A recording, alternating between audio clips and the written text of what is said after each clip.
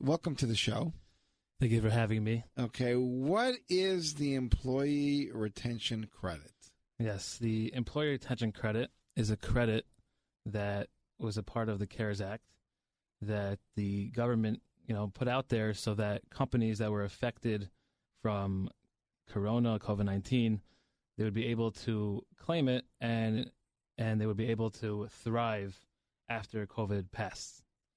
Okay, so who qualifies and what money, how do they calculate the money that you're entitled to? So that's a great question. So there's really two ways that you could be eligible for this credit. One way is just the straight approach, which is called the revenue reduction. If a company was affected, let's say they lost 50% of the revenue compared to 2019 in 2020, or in 2021, let's say only a 20% drop revenue reduction compared to 2019, then they would be eligible for the credit. That's just through the revenue reduction route. Now, there's another route, which a lot of people are unfamiliar with.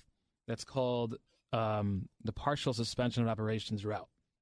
If a company, even if they didn't have a revenue reduction, if they were affected in numerous different ways, they would still be eligible for the credit. Now, this route is a lot more complex than the revenue reduction route, and that's why it's actually very important that you get educated in the correct way, and you use a company that could bring you through the whole process of eligibility. Now, do companies have to pay money to process these credits, or is it a percentage? How does that work?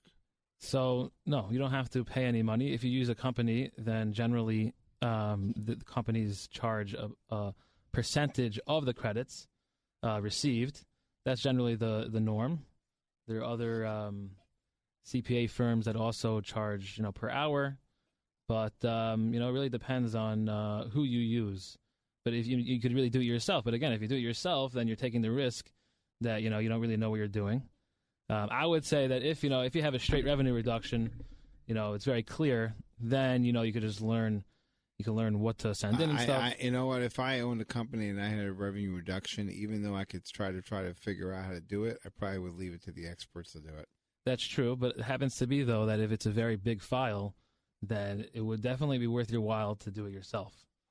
What companies do is that there's two mistakes that companies make. If they have a straight revenue reduction, then they should definitely find out, go to your accountant. Accountant knows like the basics in ERC.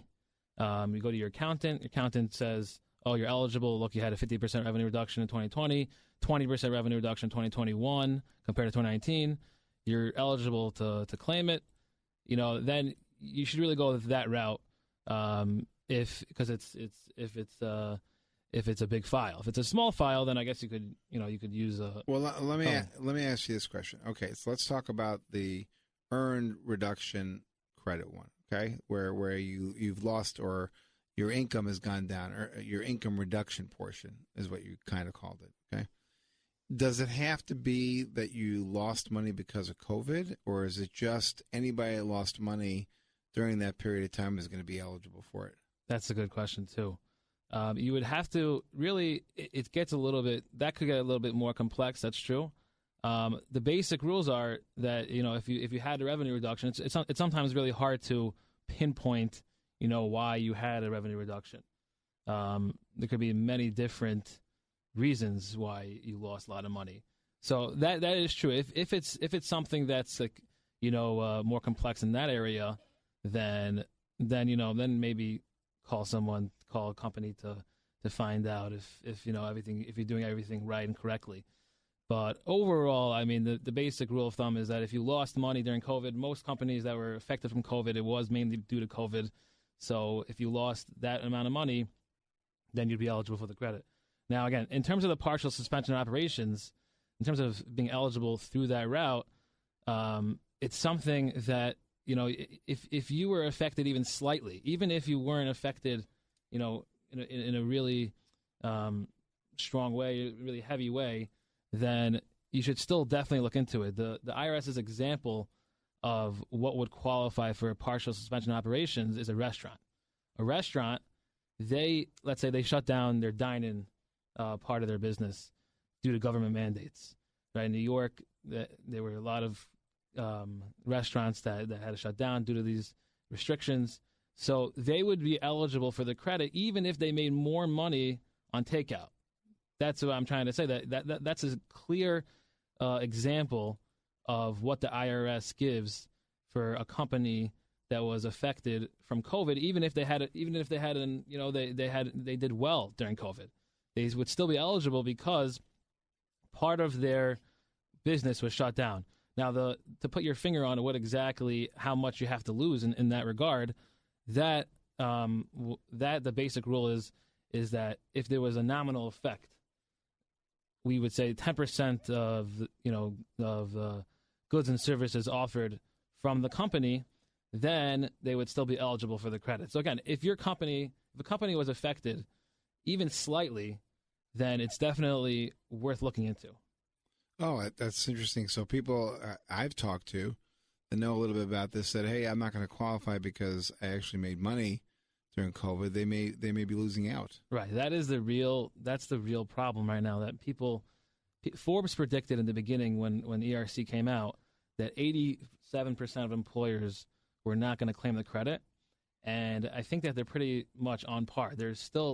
Most companies already heard about the employee retention credit from all these radio ads and whatever it is, but they all are scared. They all think that, listen, I did well during COVID, I'm not eligible for the credit. But the thing is that if you are a company that was affected even slightly, then the IRS gives guidelines for that, and if you do your due diligence, then you could really claim up to $26,000 per employee. But again, it depends on which quarters you're eligible for. It is a process, but $26,000 per employee, for a big company. Companies can consist of 500 employees. That's like the max. The max that you could claim for the credit is up to 500 W-2 employees in the year of 2021 and 100 employees for the year of 2020. That's pretty good. Yeah, I mean, that could be $10 million file. Who's not going to qualify for this kind of a... So I would say, a company like the Bagel Loan Company, the mortgages. That's right. Where, mortgages, first of all, the interest rate during COVID was very low, and they did really, really well. But that's not just, that's what I just said a minute ago, that even if you did really, really well, it doesn't necessarily mean you're not eligible. A lot of mortgage companies, first of all, they stayed open the whole time. And in terms of the Bagel Loan, the mortgage, American Mortgage, there's a lot of different aspects to it that, they were open. There's 6 feet in between. They didn't have to shut down at all. There really there's no place where you could point to and say, oh, I was affected here, I was affected there. Different, another, like one of the files that we're dealing with is like a company that had, psychology. They used to do psychology in person, but then they went to Zoom. So they didn't shut down the office because they were still considered to be essential. But the list goes on. Like, if you can't, you have to have 6 feet in between if that affected you. So you're saying they weren't qualified because they still were operations, they just do it differently. No, even if your operations, So they did qualify for even if you're, that type of company, again, you would have to do your due diligence. You'd have to go through it. But that company would probably be a company that would be able to qualify because the offers, the way that, you do therapy, if you do it in person, it's a lot more effective than if you do it over Zoom. If you just think about it, if you ever had therapy before, if you talk to a person, face to face, they could read your emotions, they could read where you felt upset, whatever it is. Whereas on Zoom, it's still somewhat, it still works, but it's not to the same degree. It's not as effective.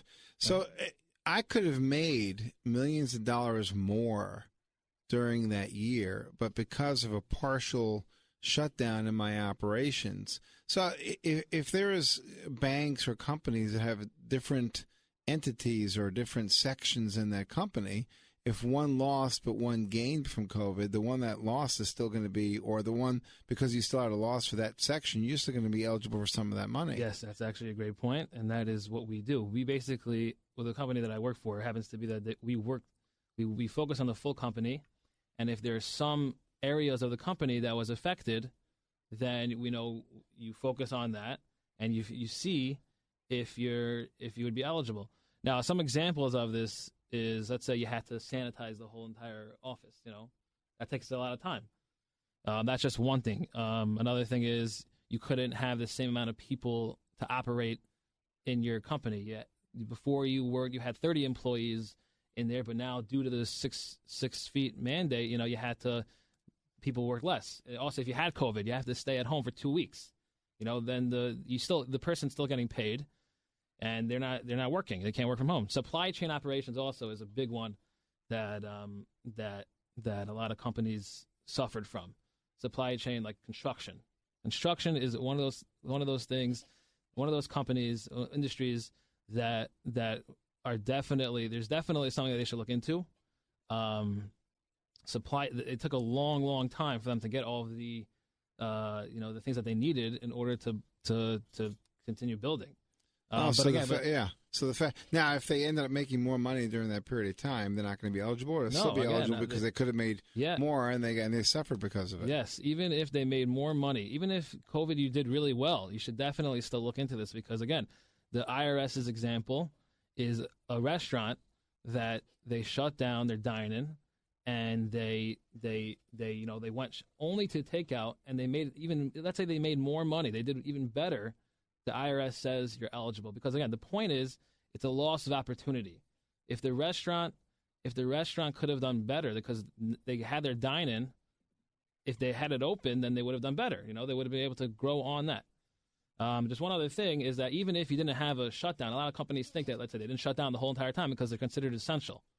They still potentially would be eligible for the credit. All right, well, worth looking into. If you want to hear more about the ERC, then give me a call. I'll put you in touch with my son, 314-324-4440. Okay, so you talked about income splits where you're making one and losing the other. What was the other one that was? It's called a partial suspension of operation. Partial suspension. So one is when you actually lost money, and one is where a part of it. And 87% of companies haven't claimed the money? Forbes predicted at the beginning. That's like my stat, that I tell people. At the beginning of COVID, Forbes predicted that 87% of employers were not going to claim it, and it does seem that a lot of that number seems pretty accurate as of now. Is there a dollar amount that's limited? Is there a ceiling on the amount that can be claimed, or is it just any amount? So you could claim up to $26,000 per employee.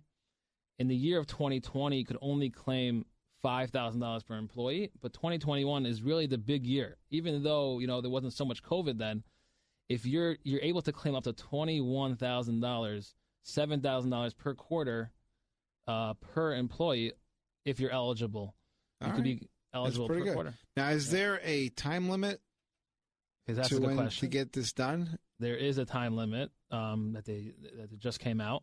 You could claim in the year of 2020, for the year of 2020, up to in 2024. And I think it's in April. I'm not exactly sure the exact date. And then in 2021, you have until 2025, the year 2025, to claim it. Now, you never know what's going to happen, as you said in the beginning of the... I understand this works for corporations, but what happens for a person, say, if he's self-employed or he gets a 1099? Do those types of people also can claim these kinds of credits? So no. So 1099 employees cannot claim the credit. Can't claim the credit for them. And also, if you can't claim it for yourself either. The employer or anyone related to the employer can't.